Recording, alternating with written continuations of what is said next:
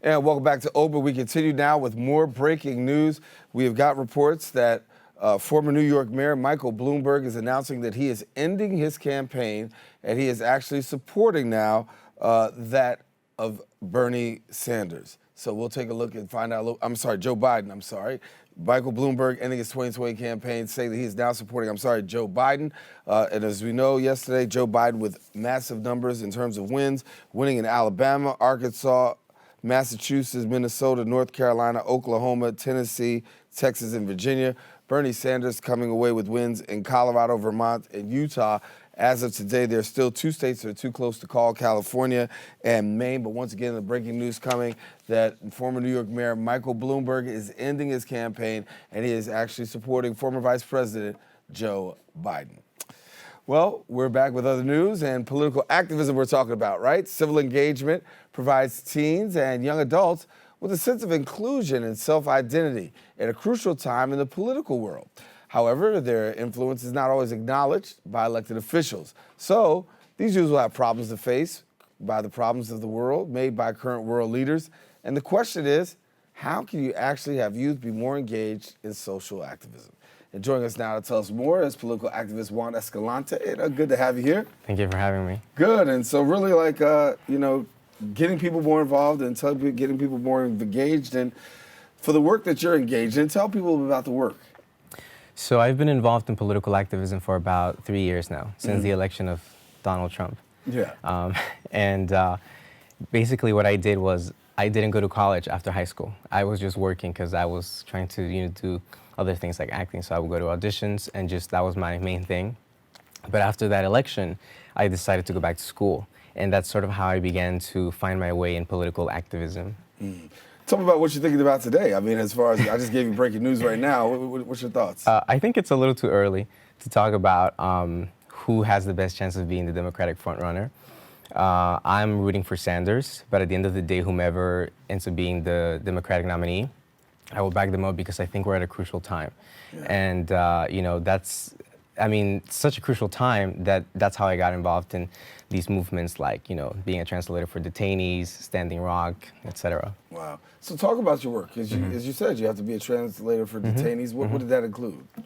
Well, I was working with the American Immigration Council as a volunteer translator because the demand for translators was so big and there was a lack of translators. So they were just reaching out to college students, people who could help.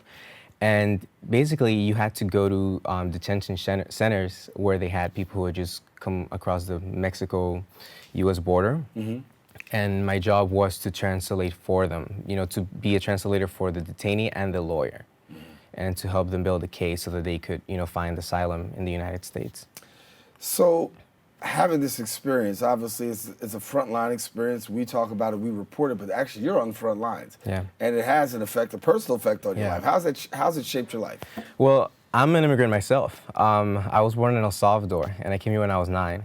And I grew up in California, and I've been living in the Bronx for about 2 years now.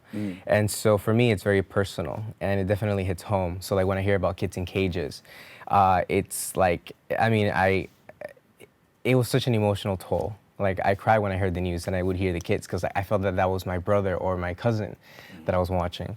And so that prompted me to reach out to my professors and ask them what can I do to get involved? And little by little, they referred me to different agencies that were able to connect me with detainees and lawyers.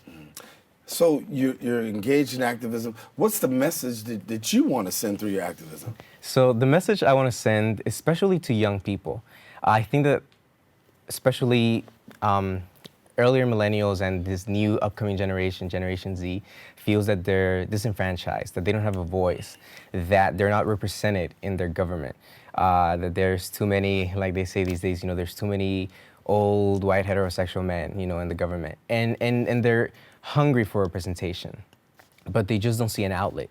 And what I want to say to them is, don't wait for the outlet. Get out there. There's social media.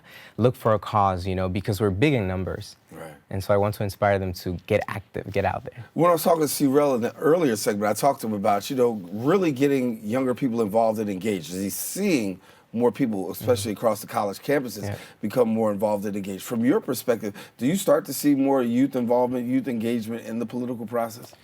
I'm seeing it absolutely, especially after the last election. And I definitely see it a lot in communities of color, which it makes me very happy. Right.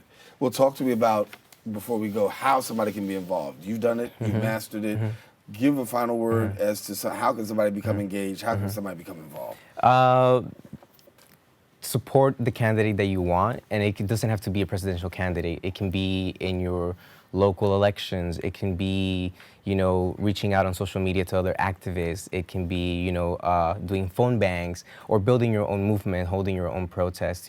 Gather your friends and do some kind of sit down at home and talk about ways that you can get involved. And, little by little, you'll begin to find ways to have your outlet.